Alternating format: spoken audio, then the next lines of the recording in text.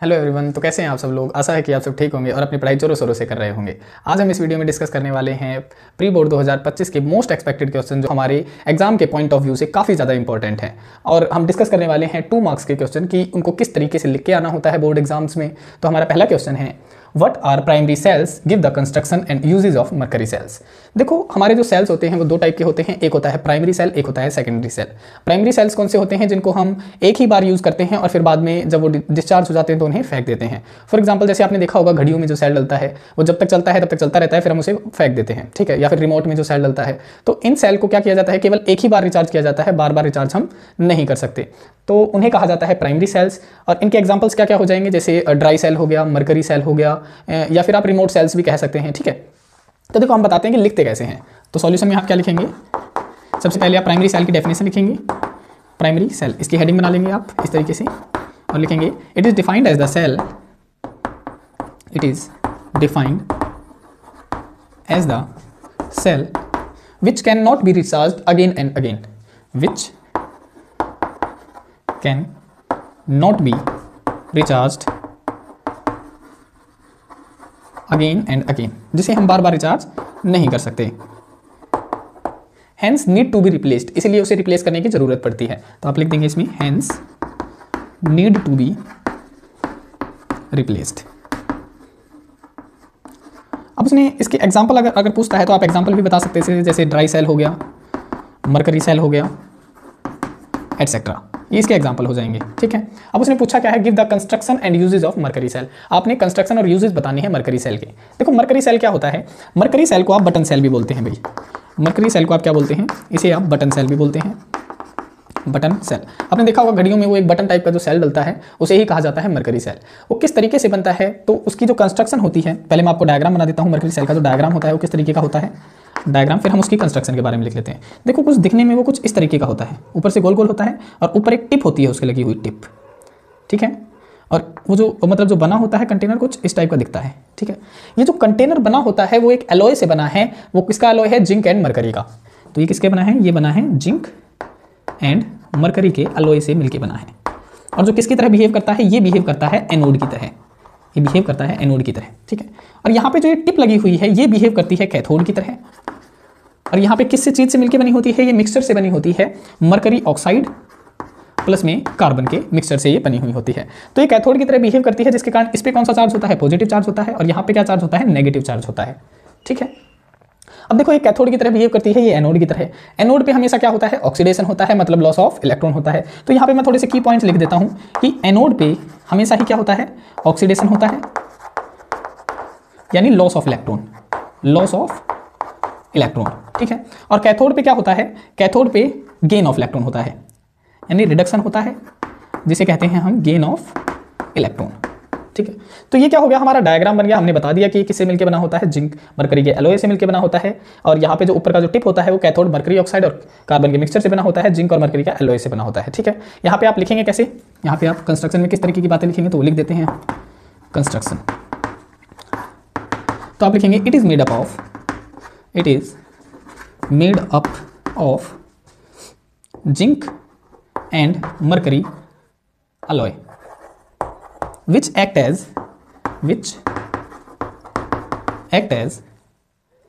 anode and mercury oxide plus carbon mixture is act as cathode। फिर आप बताएंगे कि मतलब ये कितनी वोल्टेज सप्लाई करता है, तो ये 1.35 की कांस्टेंट वोल्टेज की सप्लाई करता है। तो यहाँ पे लिख देते हैं, मैं यहाँ पे थोड़ी सी जगह खाली है, मैं यहाँ पे लिख देता हूँ it gives cell potential is equal to 1.35 volt constantly. तो इतनी वोल्टेज की सप्लाई ये क्या करता है, कॉन्स्टेंटली हमें प्रोवाइड करता है। तो इसने कंस्ट्रक्शन पूछी है, कंस्ट्रक्शन आपने लिख दी। अगर वो रिएक्शन लिखता तो आप एनोड और कैथोड की रिएक्शन लिख के बता दे। खैर उसने पूछ नहीं रखी तो हम अभी नहीं बता रहे हैं, आगे रिपीट होगा तो हम बता देंगे, ठीक है। फिर क्या होगा, फिर वो पूछ रखे हैं उसने कि यूजेस बताने हैं आपने इसके, तो आप बता सकते हैं, देखो it is used in small devices, छोटे छोटे डिवाइसेज में इसका इस्तेमाल किया जाता है, यूज्ड इन स्मॉल डिवाइसेज।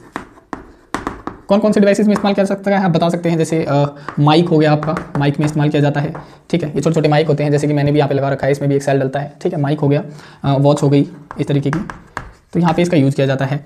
दूसरा आप बता सकते हैं it is use to give constant supply, एक कांस्टेंट वोल्टेज की सप्लाई देता है, ठीक है, तो उसमें भी इस्तेमाल किया जाता है। It is use to give constant voltage supply. इसका कॉम्पैक्ट स्ट्रक्चर होता है। तो ये बातें भी आप लिख सकते हैं इनकी कंस्ट्रक्शन वगैरह में। तो क्या हो गया, इस तरीके से हमने 2 नंबर का क्वेश्चन पूरी तरीके से एक्सप्लेन करके आना होता है। अब हम नेक्स्ट क्वेश्चन पढ़ते हैं इसका। क्वेश्चन नंबर 2 है हमारा, what are secondary cells, give the construction and uses of lead storage battery. तो सेकेंडरी सेल्स क्या होती हैं, अभी अभी आपको बताया। सेकेंडरी सेल्स वो होती हैं जिन्हें हम बार बार यूज कर सकते हैं, यानी जिनको हम बार बार चार्ज कर सकते हैं और उन्हें रिप्लेसमेंट की जरूरत नहीं हो सकती है, वो लंबे समय तक इस्तेमाल करी जा सकती हैं। तो आप इन्हें लिखेंगे कैसे, देखो हमें लिखना कैसा होता है। सबसे पहले आप इसकी हेडिंग बनाएंगे सेकेंडरी सेल्स की, सेकेंडरी सेल्स। फिर क्या लिखेंगे, it is defined as the cell, it is defined as the cell which can be recharged again and again and can be used for long times। तो ये भी लिख सकते हैं आप, and can be used for a long time, इस तरीके से, ठीक है। तो हम इसके कुछ एग्जांपल्स बता देते हैं कि सेकेंडरी सेल के कौन कौन से एग्जांपल्स होते हैं। तो आप बताएंगे कि जो लेड स्टोरेज बैटरी होती है, यहाँ पे हम लिख देते हैं पहला लेड स्टोरेज बैटरी, किसका एग्जांपल है, ये भी सेकेंडरी सेल का एग्जांपल है, जो कि किसमें इस्तेमाल किया जाता है, इन्वर्टर या फिर ऑटोमोबाइल में इनका इस्तेमाल किया जाता है। दूसरी आपकी लिथियम बैटरी हो गई, लिथियम बैटरी, इनका इस्तेमाल आपका किया जाता है लैपटॉप्स के अंदर। और तीसरी कौन सी हो गई आपकी, निकल कैडमियम बैटरी, निकल कैडमियम बैटरी, इसका इस्तेमाल किया जाता है आपका मोबाइल फोन्स के अंदर, मोबाइल फोन के अंदर। तो इस तरीके से आप क्या बता सकते हैं, इनके एग्जांपल्स बता सकते हैं। फिर क्या पूछा है इसने, कंस्ट्रक्शन पूछा है। तो देखो सबसे पहले हम क्या बनाते हैं, डायग्राम बनाते हैं लेड स्टोरेज बैटरी का, फिर हम कंस्ट्रक्शन लिख देंगे। डायग्राम कैसे बनता है इसका, देखो क्या होता है, हम सिंपल सा डायग्राम बनाएंगे। वैसे तो क्या होती है, एक हार्ड प्लास्टिक होती है, उसके अंदर क्या होती है, ग्रिड्स होती हैं लेड की, और वो 6 ग्रिड्स होती हैं, तो वो काफ़ी ज़्यादा कॉम्पैक्ट स्ट्रक्चर हो जाता है। हम थोड़ा सा आसान सा स्ट्रक्चर बना लेते हैं। इस तरीके से हमने एक कंटेनर बना लिया है, ठीक है, ये थोड़ा सा बंद है। और क्या है, इसके अंदर मैं एक जो इलेक्ट्रोड में लगा देता हूँ, एक इलेक्ट्रोड होती है इसके अंदर, वैसे तो 6 इलेक्ट्रोड होती हैं, लेकिन मैं नॉर्मली बताता हूँ। तो एक होती है लेड की इलेक्ट्रोड और एक होती है लेड ऑक्साइड की, PbO2, लेड ऑक्साइड की, और एक होती है Pb यानी लेड की, ठीक है। तो ये जो लेड होता है यहाँ पे ये काम करता है एज एन एनोड का, ये एनोड का काम करता है, और ये लेड ऑक्साइड यहाँ पे जो इलेक्ट्रोड होती है वो काम करती है एज एन कैथोड, ठीक है। इस तरीके से यहाँ पे इस तरीके से, ठीक है, इस तरीके से कनेक्टेड होते हैं। यहाँ पे एक इलेक्ट्रोलाइटिक सॉल्यूशन फिल होता है इनके, जो कौन सा होता है 38% कंसनट्रेटेड H2SO4 का। इसके अंदर क्या किया जाता है, इलेक्ट्रोलाइटिक सॉल्यूशन फिल किया जाता है। वहाँ से क्या निकलते हैं, यहाँ पे आयन होते हैं 2H पॉजिटिव और SO4 2 नेगेटिव। तो इस तरीके के आयन होते हैं। तो इस तरीके से आपने बना लेना है। फिर आपने बताना है कंस्ट्रक्शन में आप लिखते कैसे हैं। यहाँ पे मैं हेडिंग बना देता हूँ कंस्ट्रक्शन की। सबसे पहले आप लाइन लिखेंगे कि कहेंगे it is a powerful and chargeable battery which is used in inverter and automobiles. तो लिख लो it is a powerful and chargeable battery, chargeable battery which is used in, कहाँ यूज की जाती है, वो यूज की जाती है इन्वर्टर एंड ऑटोमोबाइल्स में, इन्वर्टर एंड ऑटोमोबाइल्स। फिर आप क्या बताएंगे, फिर बताएंगे कि in which lead electrode is act as anode and lead oxide electrode is act as cathode. यहाँ पे मैं बना देता हूँ, कॉलम सा बना देता हूँ यहाँ पे सेकंड पॉइंट का, इस तरीके से, in which lead electrode act as anode and lead oxide electrode act as cathode, वो कैथोड की तरह काम करती है, ठीक है। तो इस तरीके से आपने लिख लेना होता है।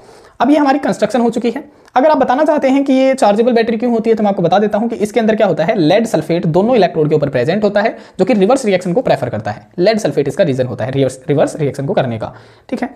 अगर आप यहाँ पे रिएक्शन वगैरह लिखना चाहते हैं तो मैं वो भी बता देता हूँ कि एनोड के ऊपर कौन सी रिएक्शन चलती है। देखो यहाँ पे लिख देते हैं, एनोड पे क्या होता है, ऑक्सीडेशन होता है। तो एनोड की तरह बिहेव कौन कर रहा है, लेड कर रहा है। तो लेड क्या करता है, यहाँ पे lead sulphate 2 negative SO4 2 negative के साथ में रिएक्शन करके क्या बना, या फिर सल्फेट के साथ में, ओनली सल्फेट के साथ में, देखो लेड यहाँ पे जीरो ऑक्सीडेशन स्टेट के अंदर प्रेजेंट है, ठीक है। जब इससे वो कंबाइन होता है, 2 नेगेटिव के साथ में कंबाइन होता है, तो ये बना देता है लेड सल्फेट, प्लस में 2 इलेक्ट्रॉन क्या कर देता है, रिलीज कर देता है। अब देखो यहाँ पे इसकी ऑक्सीडेशन स्टेट कितनी बन चुकी है, +2 बन चुकी है। तो यहाँ पे क्या कर रहा है, वो इलेक्ट्रॉन लूज कर रहा है। अब जो लेड ऑक्साइड है वो क्या करता है, इलेक्ट्रॉन को एक्सेप्ट करता है। तो कैथोड के ऊपर कौन सी रिएक्शन चलती है भाई, देखो कैथोड पे क्या होता है, जो लेड ऑक्साइड है वो क्या करता है, वो ये 2 इलेक्ट्रॉन तो एक्सेप्ट करता ही करता है, ठीक है। प्लस में क्या करता है, वो सल्फेट को भी एक्सेप्ट करता है, देखो सल्फेट इस तरीके से SO4 को, ठीक है। और वो क्या बना देता है, यहाँ पे दोबारा से वो लेड सल्फेट बना देता है प्लस में। देखो अब यहाँ पे क्या है, लेड सल्फेट तो इसने बना दिया, 2 इलेक्ट्रॉन बचे हैं और 2 ऑक्सीजन बचे हैं। तो 2 ऑक्सीजन, अब देखो वाटर मॉलिक्यूल अगर आपने निकालना है तो क्या होगा, वाटर मॉलिक्यूल निकालने के लिए एक ऑक्सीजन को 2 हाइड्रोजन एटम लेके जाएंगे। तो यहाँ पे आप क्या ऐड करना पड़ेगा, आपको 4H पॉजिटिव आयन ऐड करने पड़ेंगे। ये H पॉजिटिव कहीं से नहीं आ रहे हैं, वो आ रहे हैं यहाँ से। हमने H2SO4 करा है तो SO4 2 नेगेटिव और 2H पॉजिटिव रिलीज हो रहे हैं, तो वहां से आ रहे हैं, ठीक है। तो यहाँ पे क्या होगा, देखो 4H पॉजिटिव और 2 ऑक्सीजन के साथ में क्या निकाल देगा, वो 2 मॉलिक्यूल आपके वाटर के निकाल देगा, 2H2O। ये आपकी कंस्ट्रक्शन हो चुकी है। यूजेज आप बता ही दिए हैं, बार बार आपने बता दिए हैं इसके अंदर कि इसके यूज कहाँ किया जाता है, और इन्वर्टर के अंदर किया जाता है, ऑटोमोबाइल के अंदर किया जाता है। आपसे अगर ई नॉट सेल की वैल्यू पूछ ले कि ई नॉट सेल कितना जनरेट करता है, तो आप बताएंगे 12 वोल्ट का ई नॉट सेल जनरेट करता है। अब हम नेक्स्ट क्वेश्चन पढ़ लेते हैं। क्वेश्चन नंबर 3 है हमारा, explain how a catalyst will increase the rate of chemical reaction. इसने पूछा है कि कैटलिस्ट कैसे किसी केमिकल रिएक्शन का रेट इंक्रीज करता है। तो सबसे पहले हम लिखते कैसे हैं, कैटलिस्ट की डेफिनेशन लिख देंगे, फिर उसके बारे में बता देंगे क्या करता है। तो देखो लिखते कैसे हैं, सॉल्यूशन आप क्या बताएंगे, सॉल्यूशन आप बताएंगे कैटलिस्ट होता क्या है। तो कैटलिस्ट क्या होता है, कैटलिस्ट एक सब्सटेंस होता है जो हम क्या करते हैं, रिएक्शन के अंदर डालते हैं, जिससे स्पीड ऑफ रिएक्शन क्या हो जाती है, इंक्रीज हो जाती है। तो हम लिखेंगे it is the substance which is added in a chemical reaction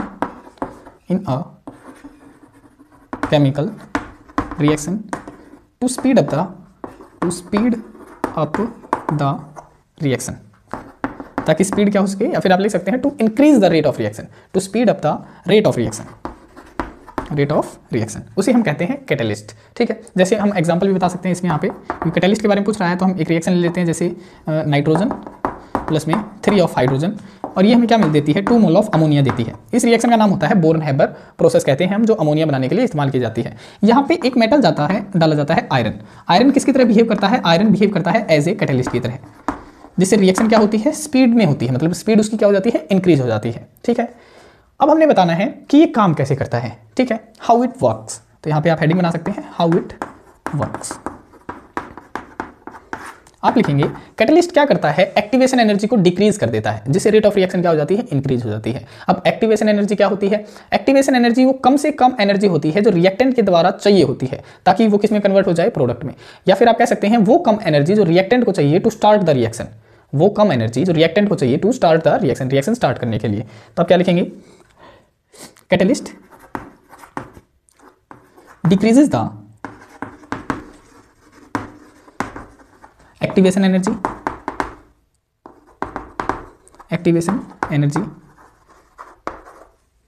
यहां पे आप लिख सकते हैं विच इज, या यहां पे लिख लें activation energy, the energy which is needed by the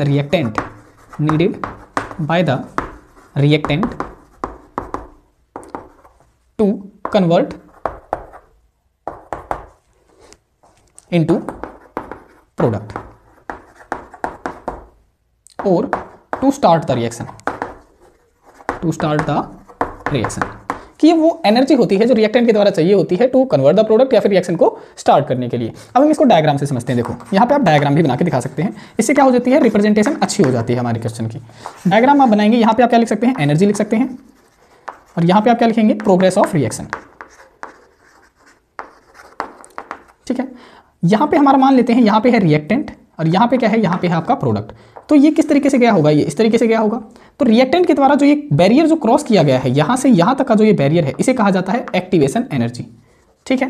अब क्या होगा, ये तो जब विदाउट कैटलिस्ट है, यहाँ पे आप लिख लेना विदाउट कैटलिस्ट।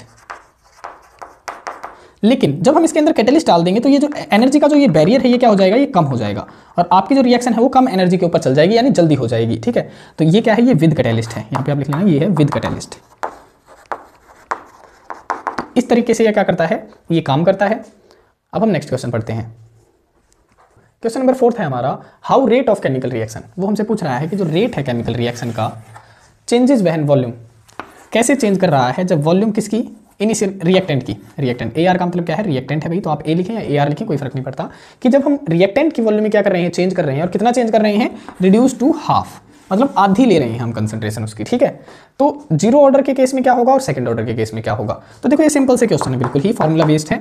सॉल्यूशन कर लेते हैं हम। यहाँ पे हम हेडिंग बना लेते हैं for zero order reaction, for zero order reaction, और यहाँ पे एक तरफ बना लेते हैं हम for first order second order reaction, second order reaction.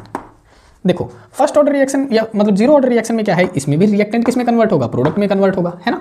और सेकंड ऑर्डर में भी क्या होगा, रिएक्टेंट जो है आपका वो किस में कन्वर्ट होगा, प्रोडक्ट में कन्वर्ट होगा।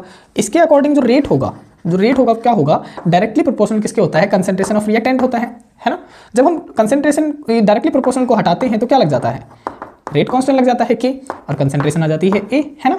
लेकिन यहाँ पे एक बात ध्यान देना, कौन से ऑर्डर की रिएक्शन है, जीरो ऑर्डर की है, तो जो कंसंट्रेशन ऑफ रिएक्टेंट होती है उसकी पावर क्या लगानी पड़ती है हमें, ऑर्डर के अनुसार लगानी पड़ती है, तो जीरो हो जाएगा। तो यहाँ पे भी कितना हो जाएगा, जीरो हो जाएगा। और किसी भी कंसंट्रेशन की पावर अगर जीरो होती है तो उसका मतलब क्या होता है, 1 होता है। तो यहाँ पे रेट क्या रह गया, रेट रह गया है के, है ना। एक तो ये आ गया आपका। अब यहाँ पे आ जाते हैं हम, तो यहाँ पे अगर आप रेट लो लगाएंगे तो रेट क्या होगा, directly proportional to concentration of reactant होगा। लेकिन कौन से ऑर्डर की है, सेकंड ऑर्डर की है, तो यहाँ पे क्या लगाना पड़ेगा आपको, सेकंड लगाना पड़ेगा। तो रेट क्या हो जाएगा, इस डायरेक्टली प्रोपोर्शनल को हटाओगे तो इज इक्वल टू आ जाएगा इनटू में के, और यहाँ पे क्या आ जाएगा, ए की पावर 2 आ जाएगा। अब देखो कंसंट्रेशन ऑफ रिएक्टेंट जो है उसको मतलब क्या कर रहे हैं, हाफ करके देखो, तो यहाँ पे तो रिएक्टेंट है ही नहीं, और रिएक्टेंट नहीं है तो जो रेट है वो क्या होता है, जीरो ऑर्डर का इंडिपेंडेंट होता है। तो चाहे उसकी कंसंट्रेशन चाहे आप हाफ करें, चाहे डबल करें, चाहे ट्रिपल करें, रेट ऑफ द रिएक्शन के ऊपर कोई फर्क नहीं पड़ेगा in the case of zero order reaction. तो आप यहाँ पे लिख सकते हैं for zero order reaction, for zero order reaction rate of reaction become rate of reaction remain same when concentration of A is reduced to half। जब आप उसे हाफ भी कर देंगे तो भी क्या रहेगा, रेट ऑफ रिएक्शन आपका सेम रहेगा। लेकिन यहाँ पे क्या होगा, जब आप इसके कंसंट्रेशन हाफ करेंगे, रिड्यूस टू हाफ, तो यहाँ पे रेट कैसे चेंज होगा, रेट इज इक्वल टू के, यहाँ पे 1/2 का स्क्वायर हो जाएगा, तो ये क्या हो जाएगा, के इंटू 1/4 हो जाएगा। तो रेट किसके बराबर हो गया, रेट तो भाई 1/4 हो गया, है ना। मतलब पहले जो रेट है उसका 1/4 हो जाएगा। तो यहाँ पे आप क्या लिखेंगे, यहाँ पे लिख देता हूँ मैं कॉलम बना के इस तरीके से, the rate of reaction for second order reaction becomes 1/4 1/4 का मतलब क्या होता है, 1/4 ये होता है, ठीक है। Becomes 1/4 when concentration of A is reduced to half। बस इतना आपने लिख के आना है, इतना ही हमारा क्वेश्चन था। अब हम नेक्स्ट क्वेश्चन पढ़ते हैं। क्वेश्चन नंबर 5 है हमारा, what is meant by bidentate and ambidentate ligand. देखो फर्क क्या होता है बाइडेंडेट और एम्बिडेंडेंट लिगेंड में। बाइडेंडेट के पास में भी 2 डोनर साइट होती हैं, और एम्बिडेंडेट लिगेंड के पास में भी कितनी होती हैं, 2 डोनर साइट होती हैं। तो जो बाइडेंडेट लिगेंड होते हैं वो एक ही टाइम पे दोनों डोनर साइट से सेंट्रल मेटल एटम से क्या कर लेता है, कोऑर्डिनेट बॉन्ड बना लेता है। लेकिन जो एम्बिडेंडेट लिगेंड है वो केवल एक ही टाइम मतलब एक टाइम पे केवल एक ही साइड से सेंट्रल मेटल एटम से क्या बना लेता है, कोऑर्डिनेट बॉन्ड बनाता है। तो ये दोनों फर्क है कि ये तो दोनों डोनर साइड से एकदम बॉन्ड बना लेता है सेंट्रल मेटल एटम से, लेकिन इसके पास में भी 2 साइड्स होती हैं, लेकिन एक टाइम पे एक ही साइड से क्या करता है, कोऑर्डिनेट बॉन्ड बनाता है मेटल से। तो इनको हम डिफाइन कैसे करेंगे, देखो सॉल्यूशन आप किस तरीके से लिखेंगे। हेडिंग बनाएंगे सबसे पहले बाइडेंडेट लिगेंड की, बाइडेंटेट लिगेंड्स। देखो those ligands which have 2 donor sites are present, those ligands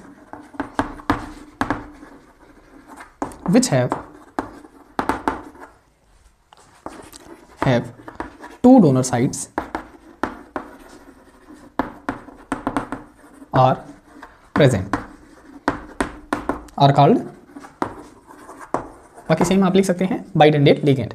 example क्या हो जाएगा, एग्जांपल आप बता सकते हैं जैसे इथाइलिन 1,2-डाइअमीन, इथाइलिन 1,2-डाइअमीन, ये इसका एग्जांपल हो जाएगा। एक हो जाएगा ऑक्सालेटो आयन, ऑक्सालेटो आयन। तो ये दोनों क्या है, बाइडेंडेट लिगेंड है। इनका स्ट्रक्चर किस तरीके से होता है, देखो इसका होता है CH2 NH2 और NH2, ये इसका स्ट्रक्चर होता है। इनके पास में लोन पेयर ऑफ इलेक्ट्रॉन होते हैं और ये सेंट्रल मेटल एटम, जैसे मैं मान लेता हूँ ये सेंट्रल मेटल एटम है N पॉजिटिव, ये क्या कर सकता है, ये इसके साथ में और इसके साथ में एक ही टाइम पे कोऑर्डिनेट बॉन्ड करेगा, ठीक है। सिमिलरली ऑक्सिलेटो आयन का स्ट्रक्चर क्या होता है, COO नेगेटिव COO नेगेटिव, ये होता है। और ये भी क्या करता है, जैसे मेटल है कोई मेरे पास में N पॉजिटिव, ये भी एक ही टाइम पे क्या करता है, कोऑर्डिनेट बॉन्ड करता है। अब बात आ जाती है एम्बिडेंटल लिगेंड की। इसके पास में भी टू डिफरेंट साइड, मतलब इनके पास में क्या होती है, दो साइड्स होती हैं, डोनर साइड, लेकिन दोनों क्या होती हैं, डिफरेंट होती हैं। देखो इसको डिफाइन कैसे करेंगे, यहाँ पे लिख देता हूँ मैं, हेडिंग बनाएंगे आप एम्बिडेंटल लिगेंड, एम्बिडेंटेट लिगेंड्स। तो आप लिखेंगे those ligands which can coordinate through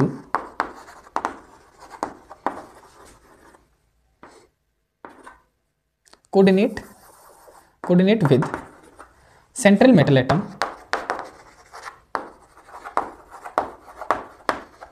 through two different sides,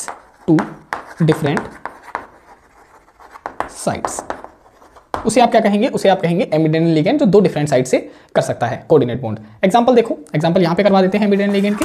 for example जैसे एक है साइनाइड और एक है आपका आइसोसाइनाइड NC। देखो इसे कहा जाता है साइनाइड और इसे कहा जाता है आइसोसाइनाइड NC। इनका नाम कैसे है, इनका नाम है डोनर एटम के थ्रू, जो डोनेट कर रहा है। देखो यहां पे अगर आप साइनाइड कह रहे हैं तो Cn यहां पे कौन सा होगा, कार्बन डोनर एटम होगा जो डोनेट कर रहा होगा। लेकिन आइसोसाइनाइड में क्या होगा, नाइट्रोजन डोनर एटम होगा, नाइट्रोजन क्या होगा, डोनर एटम होगा। और भी कई सारे एग्जांपल है इसके, जैसे आप कह सकते हैं, जैसे एक है SCN, जिसे हम कहते हैं थायोसाइनेटो, ठीक है। इसमें क्या होता है, इसमें सल्फर डोनर एटम होता है। दूसरा आप बता सकते हैं NCS, इसमें क्या होता है, नाइट्रोजन डोनर एटम होता है। ये वाला एग्जांपल भी ये मैंने हाईलाइट कर दिया है आपके लिए, ठीक है। तो इस तरीके के आपको एग्जांपल याद रखने हैं। अब हम नेक्स्ट क्वेश्चन पढ़ लेते हैं। क्वेश्चन नंबर 6 है हमारा, what are homoleptic and heteroleptic complexes, give examples. हमें बताना है कि ये कौन कौन से कॉम्प्लेक्सेस होते हैं, होमोलैप्टिक और हेटेरोलैप्टिक। तो देखो होमो का मतलब होता है सेम, होमो का मतलब क्या होता है, सेम होता है। और हेटेरो का मतलब क्या होता है, हेटेरो का मतलब होता है डिफरेंट। तो यहां से ही हमारा आंसर निकल आएगा कि ऐसे कॉम्प्लेक्सेस जिनके अंदर सेम टाइप के लिगेंड सेंट्रल मेटल एटम से अटैच हों उन्हें हम कहेंगे होमोलैप्टिक कॉम्प्लेक्सेस, और जिनके अंदर डिफरेंट लिगेंड्स अटैच होंगे सेंट्रल मेटल एटम से उन्हें हम कहेंगे हेटेरोलैप्टिक कॉम्प्लेक्सेस। तो देखो सॉल्यूशन हम किस तरीके से लिखेंगे इनका। सबसे पहले आप हेडिंग बना लेंगे होमोलैप्टिक कॉम्प्लेक्सेस की, होमोलैप्टिक कॉम्प्लेक्सेस। फिर लिखेंगे those complexes in which central metal atom is bound with the only one type of ligand are called homolaptic complexes, है ना। और हेटेरोलैप्टिक में क्या कहोगे, जो डिफरेंट टाइप के लिगेंड से अटैच होगा। इसका एग्जांपल बता देते हैं होमोलैप्टिक का। देखो एग्जांपल जैसे PtCl6 3 नेगेटिव, एक तो ये हो गया क्योंकि सारे के सारे लिगेंड क्या है, सेम है, सेंट्रल मेटल एटम से बाउंड है। या फिर और भी बता सकते हैं आप, टाइटेनियम H2O6 3 पॉजिटिव, ये हो गया। ये क्या है, सेम लिगेंड से अटैच है, तो इन्हें हम कहेंगे होमोलैप्टिक कॉम्प्लेक्सेस। हेटेरोलैप्टिक कॉम्प्लेक्सेस में क्या कहेंगे आप, सबसे पहले आप हेडिंग बना लेंगे हेटेरोलैप्टिक की, हेटेरोलैप्टिक कॉम्प्लेक्सेस। क्या लिखेंगे, those complexes which have in which central metal atom is bound with different type of ligands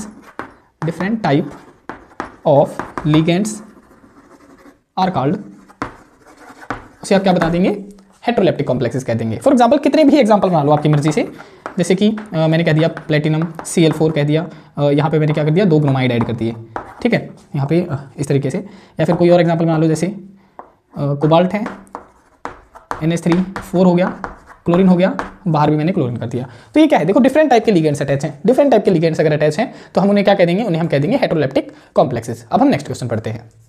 question number 7 है हमारा, explain ionisation isomerism and linkage isomerism in coordination compound. हमने इनकी डेफिनेशन बतानी है। तो देखो आयनाइजेशन, सबसे पहले हम पढ़ते हैं कि आइसोमर्स क्या होते हैं। आइसोमर्स वो होते हैं जिनका सेम मॉलिक्यूलर फार्मूला होता है बट स्ट्रक्चर क्या होती है, डिफरेंट होती है, उन्हें हम कहते हैं आइसोमर्स, ठीक है। तो इनका भी क्या होगा, मॉलिक्यूलर फार्मूला तो क्या होगा, सेम होगा, लेकिन कुछ ना कुछ चेंजेस होंगे उनके अंदर। तो देखो सबसे पहले हम लिखते कैसे हैं इनको, वो बता देते हैं। आयनाइजेशन आइसोमेरिज्म, हेडिंग बनाएंगे आप आयनाइजेशन आइसोमेरिज्म। देखो जैसे इसके नाम से ही पता चल रहा है आयन, है ना, तो टू कॉम्प्लेक्सेस या फिर टू मॉलिक्यूल्स ऐसे होंगे जिनका मॉलिक्यूलर फार्मूला सेम होगा, लेकिन जैसे ही उनको एक्वियस मीडियम के अंदर यानी पानी के अंदर डाला जाएगा तो उनके जो आयंस जो जनरेट होंगे वो क्या होंगे, डिफरेंट होंगे। तो ऐसे ही कॉम्प्लेक्सेस को या पेयर ऑफ कंपाउंड्स को क्या कहा जाता है, आयनाइजेशन आइसोमर्स कहा जाता है। तो आप लिखेंगे टू कॉम्प्लेक्सेस, या फिर आप मॉलिक्यूल्स भी लिख सकते हैं यहाँ पे, ठीक है, having same molecular formula, same molecular formula but produce different ions in aqueous solution। लेकिन आयंस कैसे जनरेट करते हैं, डिफरेंट करते हैं। फॉर एग्जांपल जैसे बता सकते हैं, जैसे हमारे पास में एग्जाम्पल मैंने ले लिया PtCl4, यहां पे लिख देता हूं मैं जैसे PtCl6SO4, ठीक है। तो जैसे ही मैं इसको एक्वियस मीडियम के अंदर डालूंगा, यहाँ से जो आयन जनरेट होंगे वो होंगे SO4 2 नेगेटिव के, ठीक है। अब मैं क्या करता हूँ, अब मैं इसको इसी कॉम्प्लेक्स को दूसरी फॉर्म में लिख देता हूँ, जैसे PtCl4SO4 और यहाँ पे लगा देता हूँ मैं क्लोरीन एटम, ठीक है। तो जैसे ही आप इसको एक्वियस मीडियम के अंदर डालोगे, यहाँ पे 2 क्लोरीन के आयन निकलेंगे। देखो कॉम्प्लेक्स का जो मॉलिक्यूलर फार्मूला है वो क्या है, सेम है। देखो 4 और 2 6 क्लोरीन है, 6 क्लोरीन है, प्लेटिनम है, सल्फेट है। लेकिन जैसे ही आप इनको एक्वियस मीडियम के अंदर डाल रहे हैं, आयंस क्या हो रहे हैं, डिफरेंट जनरेट हो रहे हैं। तो ऐसे आइसोमर्स को क्या कहा जाता है, आयनाइजेशन आइसोमेरिज्म कहा जाता है।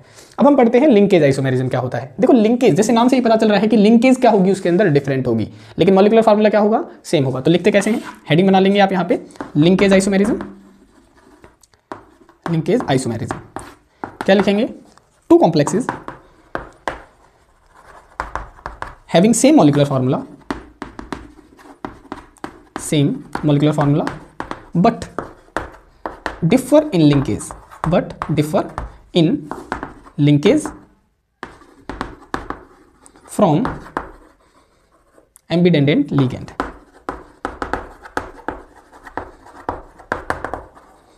उन्हें कहा जाता है लिंकेज आइसोमेरिज्म। अब आप एग्जांपल कैसे बताएंगे, जैसे लिंकेज आइसोमेरिज्म का यहाँ पे बता देते हैं हम एग्जांपल। जैसे मान के चलते हैं हमारे पास में Pt, देखो ये वाला कॉम्प्लेक्स है हमारे पास में, प्लेटिनम NH3 5 NO2 और यहाँ पे PO4 3 नेगेटिव। एक तो हमारे पास में ये कॉम्प्लेक्स है, और दूसरा कॉम्प्लेक्स हम लिख देते हैं प्लेटिनम NH3 5 ONO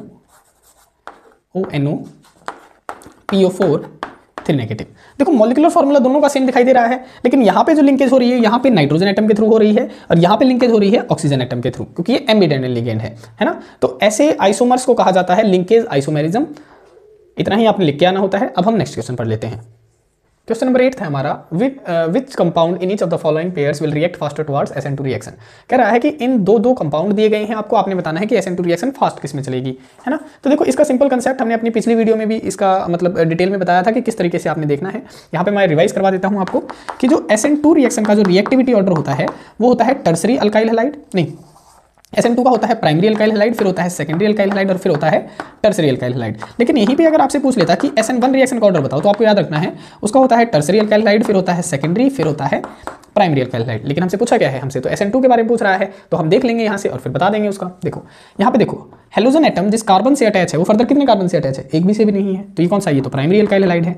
यहाँ पे देखो हेलोजन एटम जिस कार्बन से अटैच है वो फर्दर कितने कार्बन से अटैच है, एक से भी नहीं है, तो ये कौन सा हो जाएगा, प्राइमरी अल्काइल हैलाइड है दोनों में ही।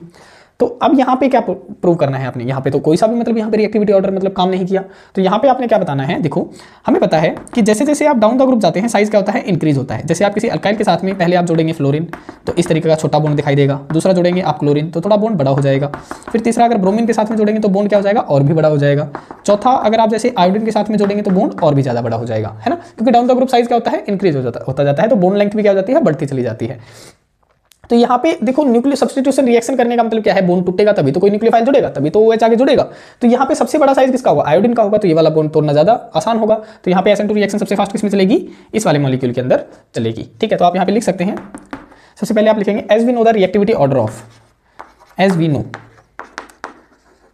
The reactivity order of, reactivity order किसका भाई, SN2 और SN1 हमें दोनों का पता है। सो तो फर्स्ट पार्ट के लिए आप लिखेंगे, फर्स्ट पार्ट के लिए so we can say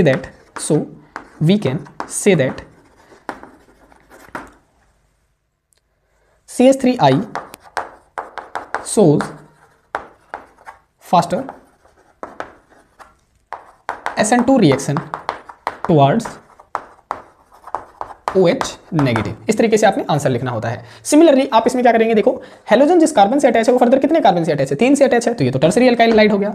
यहाँ पे देखो हेलोजन जिस कार्बन से अटैच है वो फर्दर कितने कार्बन से अटैच है, एक से भी नहीं है, तो ये कौन सा हो गया, प्राइमरी। और SN2 रिएक्शन के लिए प्राइमरी की रिएक्टिविटी क्या होती है, सबसे ज्यादा होती है। तो सेकंड वाले के लिए क्या लिखोगे, सेकंड वाले केस के लिए तो ये वाली लाइन सेम है, ठीक है, सिर्फ ये चेंज होगा और ये वाला चेंज होगा। इसमें आप लिखेंगे CH3I नहीं CH3Cl है वहां पे, CH3Cl shows faster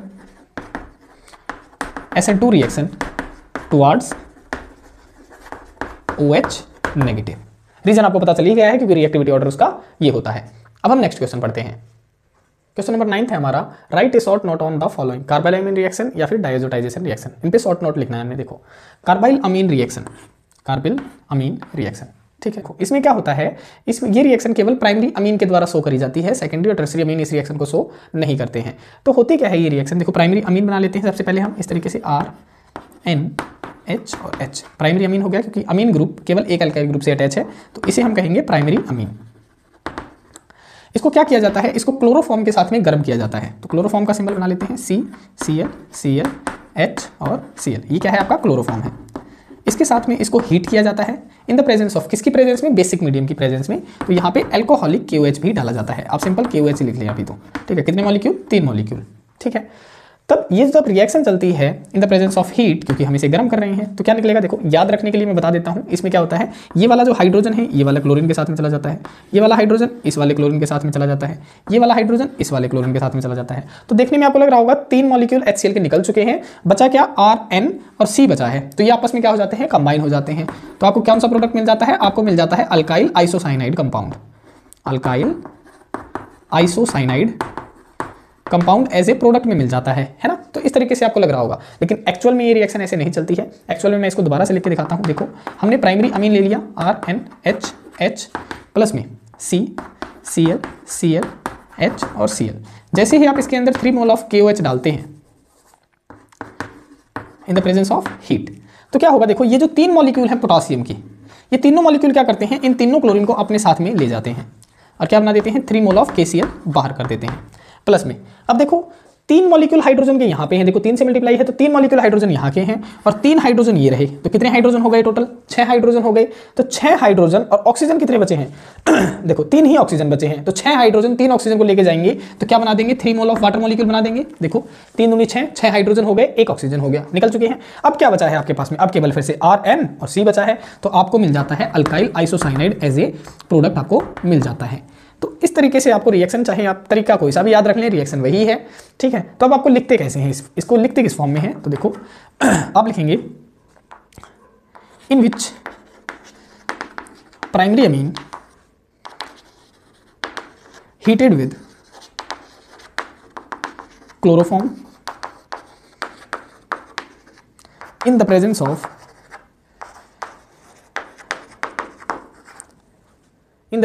alcoholic KOH and give alkyl isocyanide as a product। Second case में आप ये भी लिख सकते हैं कि this reaction can not shown by secondary and tertiary amine, या फिर आप इस तरीके से भी लिख सकते हैं ओनली प्राइमरी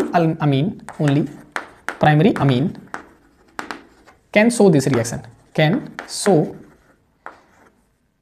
कार्बिलअमीन रिएक्शन। इस तरीके से आप बता सकते हैं, ठीक है। अब हम नेक्स्ट क्वेश्चन पढ़ लेते हैं, उससे पहले मैं इसको साफ कर देता हूं एक बार। देखो सेकंड पार्ट है आपका डाइएजोटाइजेशन रिएक्शन। डाइएजोटाइजेशन रिएक्शन में क्या होता है, इसमें एनिलीन को कन्वर्ट किया जाता है डाइजोनियम सॉल्ट में, उसी को कहा जाता है डाइएजोटाइजेशन रिएक्शन। तो इसको लिखेंगे कैसे, आप लिखेंगे द रिएक्शन, या फिर आप लिख सकते हैं the process of converting aniline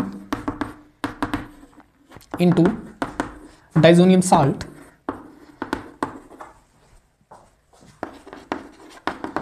are called diazotization reaction, ठीक है।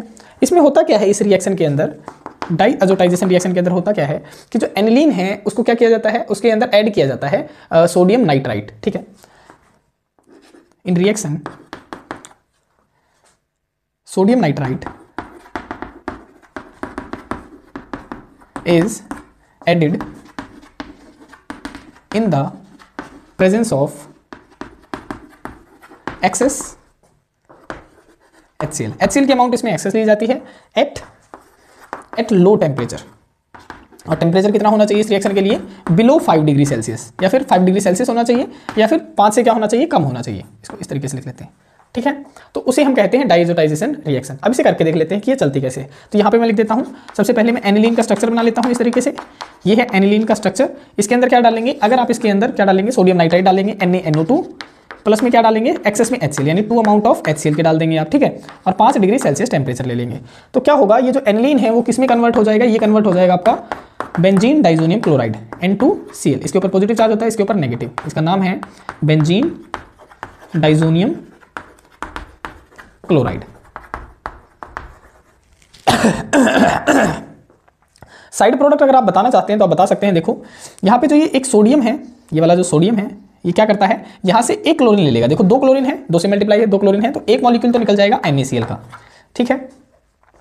अब देखो सेकंड, ये क्या होगा, देखो 2 हाइड्रोजन यहाँ पे हैं, देखो 2 हाइड्रोजन ये रहे और 2 हाइड्रोजन ये रहे। कितने हाइड्रोजन हो गए, हाइड्रोजन हो गए 4। और ऑक्सीजन कितने हैं, ऑक्सीजन है 2। तो एक ऑक्सीजन को कौन ले जाता है, 2 हाइड्रोजन ले जाते हैं। तो यहाँ पे क्या निकल जाता है, 2 मॉलिक्यूल वाटर के भी निकल जाते हैं, ठीक है। हाइड्रोजन निकल चुके हैं, एक क्लोरीन बचा हुआ है, और आपका क्या है, देखो अब ये जो नाइट्रोजन एटम है, ये वाला नाइट्रोजन एटम क्या होता है, इसके साथ में जुड़ जाता है, तो N2 बन जाता है आपका, ये भी निकल चुका है। एक क्लोरीन बचता है, वो इसके साथ में अटैच हो जाता है। तो इस तरीके से आपके ये साइड प्रोडक्ट निकलते हैं, और ये आपका बन जाता है बेंजीन डाइजोनियम क्लोराइड। इस फॉर्म में आपको लिख के आना होता है अगर 2 नंबर में पूछा जाता है तो। अब हम नेक्स्ट क्वेश्चन पढ़ लेते हैं। क्वेश्चन नंबर 10 है आपका, compare the basic strength of ammonia and aniline. कि अमोनिया और एनिलीन की क्या करनी है, आपने बेसिक स्ट्रेंथ कंपेयर करनी है। देखो सॉल्यूशन देखो, सबसे पहले अमोनिया, देखो बेसिक स्ट्रेंथ हम कैसे कवर करते हैं, अगर किसी कोई स्पीसी क्या कर रही है, लोन पेयर ऑफ इलेक्ट्रॉन अगर डोनेट कर रही है तो हम उसे कह देते हैं भाई बेसिक नेचर है। फिर हम स्ट्रेंथ देखते हैं कि कौन आसानी से डोनेट कर रहा है। जो भी स्पीसी आसानी से जल्दी डोनेट कर रही है उसे हम ज़्यादा बेसिक कह देंगे, और जो लेट डोनेट कर रही है उसे हम लेस बेसिक कह देंगे। तो देखो यहाँ पे अमोनिया, सबसे पहले हम अमोनिया का स्ट्रक्चर बना लेते हैं NH3, इसके पास में भी लोन पेयर ऑफ इलेक्ट्रॉन होते हैं। फिर हम एनिलीन का स्ट्रक्चर बना लेते हैं, तो एनिलीन के पास में भी क्या होते हैं, लोन पेयर ऑफ इलेक्ट्रॉन होते हैं। लेकिन दिक्कत क्या है, यहाँ पे जो एनिलीन के जो लोन पेयर ऑफ इलेक्ट्रॉन है नाइट्रोजन के, वो क्या होते हैं, रेजोनेंस प्रोसेस के अंदर क्या होते हैं, इन्वॉल्व होते हैं, ठीक है। रेजोनेंस प्रोसेस के अंदर इन्वॉल्व होते हैं, जिसके कारण इसके जो लोन पेयर ऑफ इलेक्ट्रॉन है वो फ्रीली अवेलेबल नहीं होते हैं। फ्री अवेलेबल नहीं होते हैं, किसके लिए अवेलेबल नहीं होते हैं, डोनेशन के लिए अवेलेबल नहीं होते हैं। अब जो चीज डोनेशन ही नहीं कर पा रही है लोन पेयर ऑफ इलेक्ट्रॉन, वो बेसिक नेचर तो क्या ही शो करेगी। फिर आ जाते हैं अमोनिया के ऊपर। देखो इसके जो लोन पेयर ऑफ इलेक्ट्रॉन होते हैं वो फ्रीली अवेलेबल होते हैं, वो फ्रीली अवेलेबल होते हैं डोनेट करने के लिए। तो ये क्या होते हैं, ये ज़्यादा बेसिक होते हैं। तो हम लिखते कैसे हैं इस चीज़ को, तो आपने लिखना है कि in aniline the lone pair of electron of nitrogen atom is involve in resonance process with benzene ring, so its lone pair of electron is not freely available for donation, freely available for donation, while लेकिन in ammonia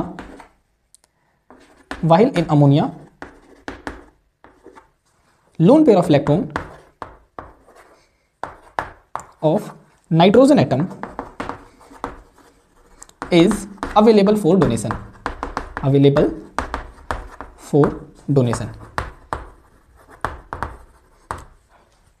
so we can say that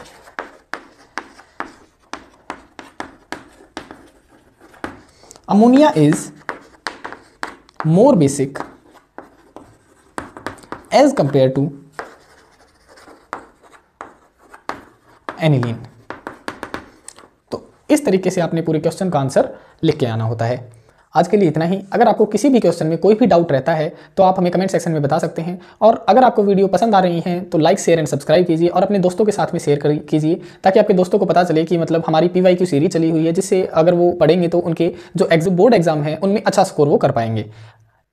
और next आप किस topic पे video चाहते हैं आप वो भी कमेंट सेक्शन में बता सकते हैं, उस टॉपिक का वीडियो की फॉर्म में सॉल्यूशन आपको प्रोवाइड हो जाएगा। Thanks for watching the complete video. ऐसे ही पढ़ते रहिए, आगे बढ़ते रहिए। धन्यवाद।